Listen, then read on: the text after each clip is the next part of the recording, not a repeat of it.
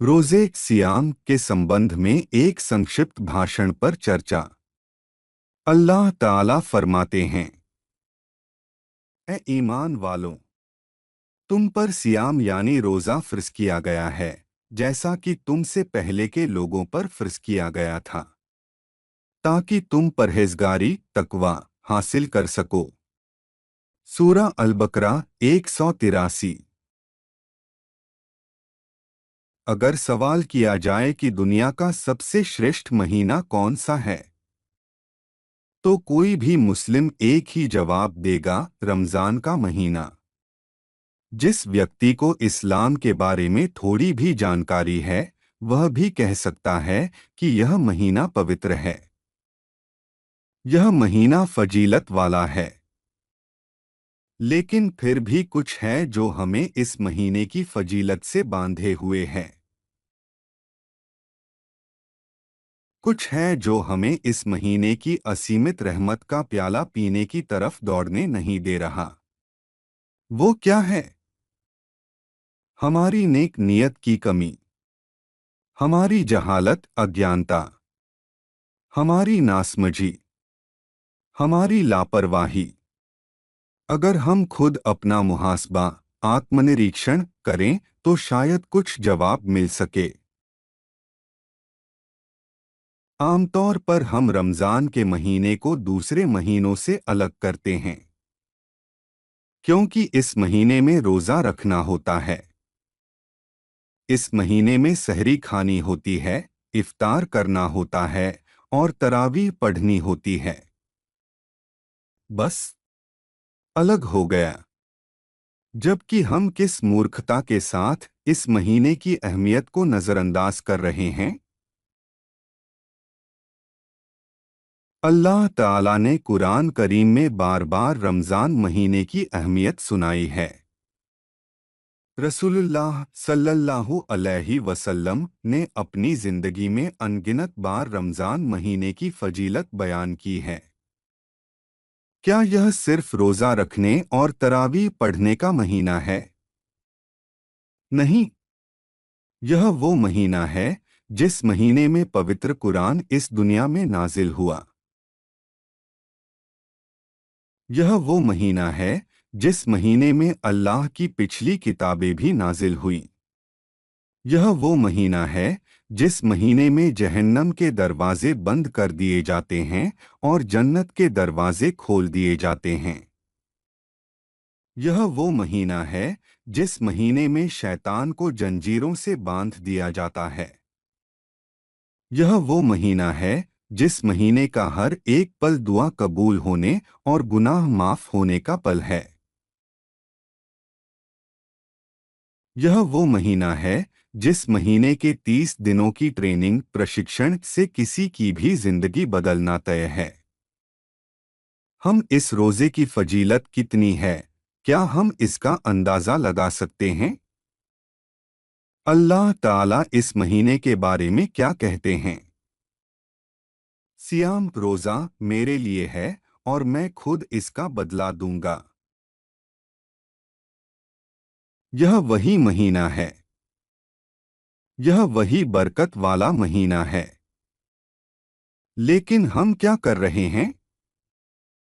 हम सब मुंह से ऊपर की बातें बोल रहे हैं, दिल से महसूस नहीं कर रहे। सहरी खाकर पूरा दिन रोजा रख रहे हैं, फिर भी उस रोजे के सम्मान के बारे में जागरूक नहीं हो रहे।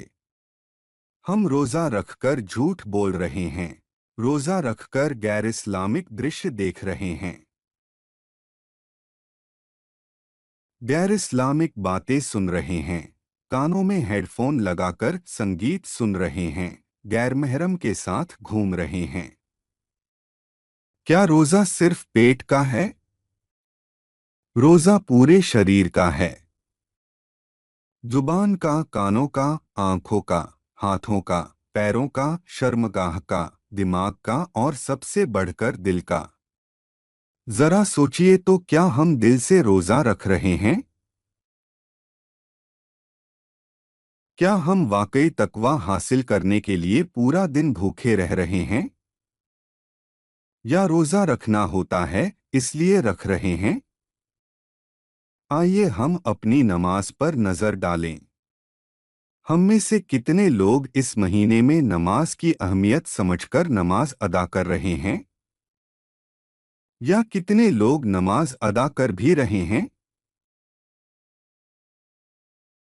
जबकि यह वो असंभव रहमत का महीना है जिस महीने की एक नफिल इबादत दूसरे महीने की फ़र्ज़ इबादत के बराबर है और एक फ़र्ज़ इबादत दूसरे महीने की 70 फ़र्ज़ इबादतों के बराबर है। क्या आप यह समझकर नमाज पढ़ रहे हैं?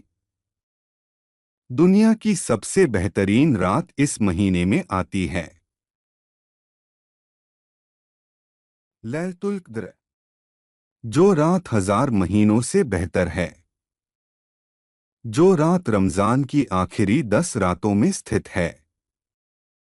क्या हमने कभी उसकी तलाश की है?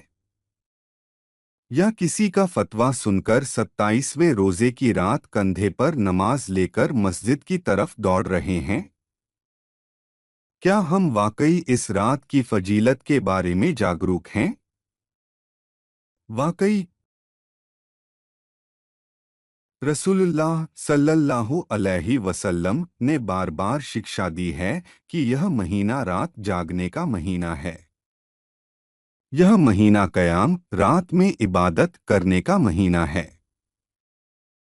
क्या हमने एक बार भी इस शिक्षा का मर्म समझा है?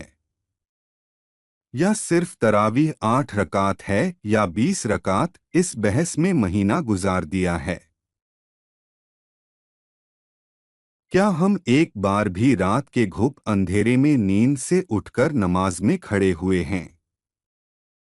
सचमुच, क्या हम वाकई इस महीने को समझ पाए हैं? हर नेक काम का बदला अल्लाह 10 से 700 गुना तक बढ़ा देते हैं।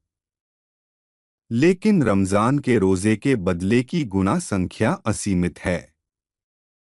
इस महीने की इबादत की इतनी फजीलत क्यों है? इतना रिटर्न क्यों है? क्यों रसूलुल्लाह सल्लल्लाहु अलैहि वसल्लम कह रहे हैं, रोजेदार के मुंह की गंध अल्लाह के नजदीक कस्तूरी मस्क की खुशबू से भी ज्यादा उत्तम है। क्यों? क्या हमने कभी खुद से सवाल किया है? रसूलुल्लाह सल्लल्लाहु अलैहि वसल्लम ने फरमाया है, वह व्यक्ति बदकिस्मत है जिस व्यक्ति ने माहे रमजान पाया लेकिन अपने जीवन के गुनाह माफ नहीं करा सका। बेहद बदकिस्मत न हो तो इस महीने की फजीलत से कोई वंचित नहीं होता। कोई नहीं। यह कितना बड़ा मौका है, यह समझने के लिए महाज्ञानी होने की जरूरत नहीं है। सिर्फ थोड़े से दिल से एहसास की जरूरत है।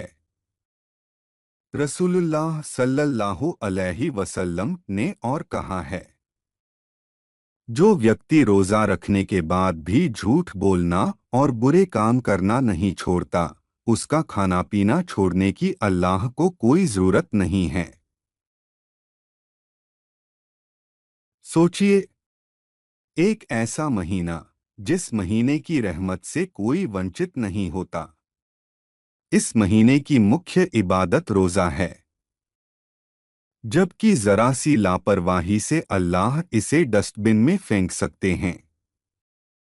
इसलिए आइए हम रमजान को सही सम्मान देना सीखें। इस महीने का अधिकतम उपयोग सुनिश्चित करना सीखें। अपने गुनाह माफ कराना सीखें। आइए हम इस महीने को पवित्र महीना कहकर जिम्मेदारी पूरी न करें, बल्कि महीने को एक अवसर के महीने के रूप में देखें। अपने असीमित पापों के बोझ को हल्का करने के शॉर्टकट रास्ते के रूप में देखें। पूरा दिन भूखे रहकर जो मन में आए वो करके,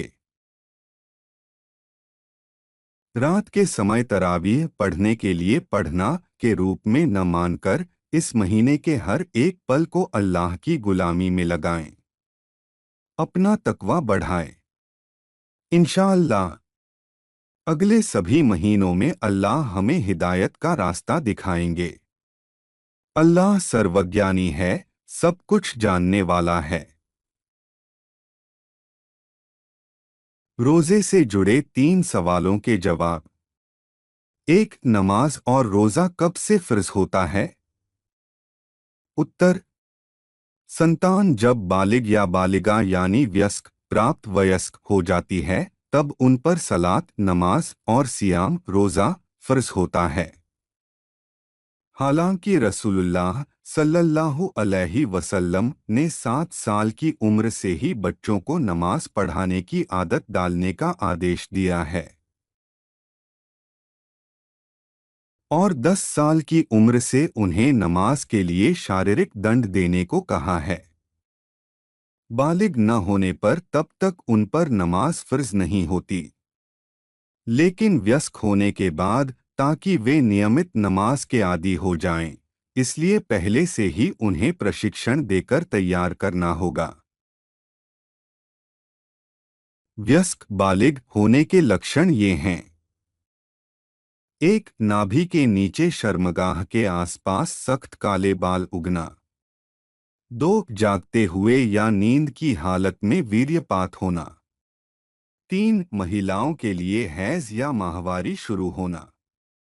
इन तीनों में से कोई एक भी जाहिर हो जाए तो वह लड़का या लड़की बालिग यानी व्यस्क माना जाएगा और उस पर रोजे सहित शरीयत के अन्य विधान फर्ज माने जाएंगे। अगर इनमें से कोई जाहिर न हो तो उम्र 15 होने पर ही संतान बालिग या बालिगा यानी व्यस्क मानी जाएगी। 2. रोजे की नियत कैसे करनी होगी? उत्तर: रमजान महीने में रोजा रखना फर्ज है। रात को अगर आपकी नियत इरादा है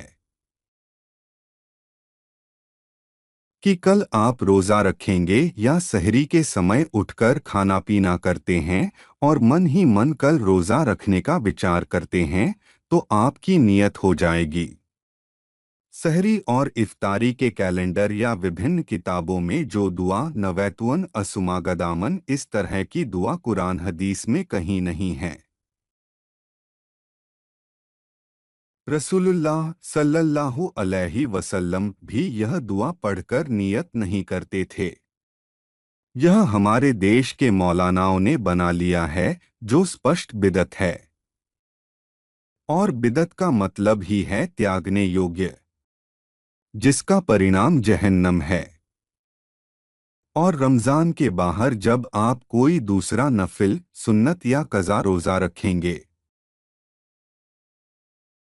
तब आप रात में या नींद से उठकर सहरी खाने के बाद मन ही मन तय कर लेंगे, मैं कल फला रोज़ा यानी गुरुवार का सुन्नत रोज़ा या पिछले रमज़ान महीने का फला कज़ा रोज़ा या अराफात का सुन्नत रोज़ा रखूंगा। ध्यान रहे कि नफिल या सुन्नत रोज़े के लिए अगर कोई पहले से नियत नहीं रखता है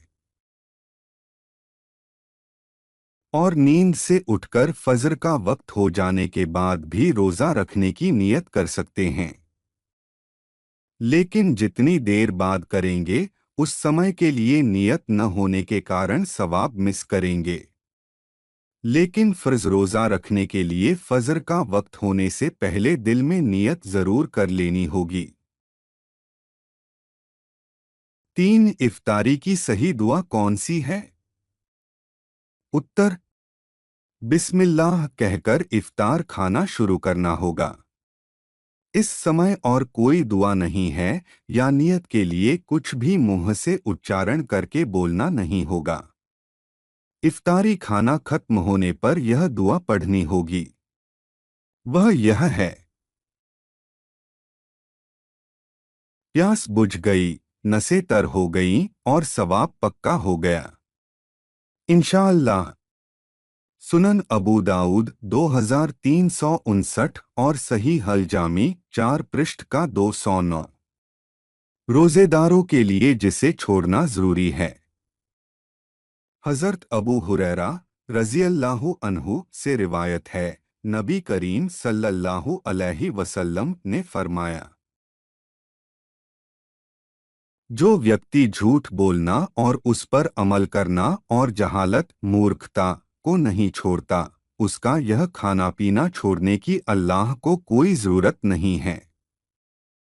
सहीह अल बुखारी, सहीह अल मुस्लिम, सुनन अत तिर्मिज़ी, सुनन अबू दाऊद, सुनन इब्ने माजा और मुस्नादे अहमद।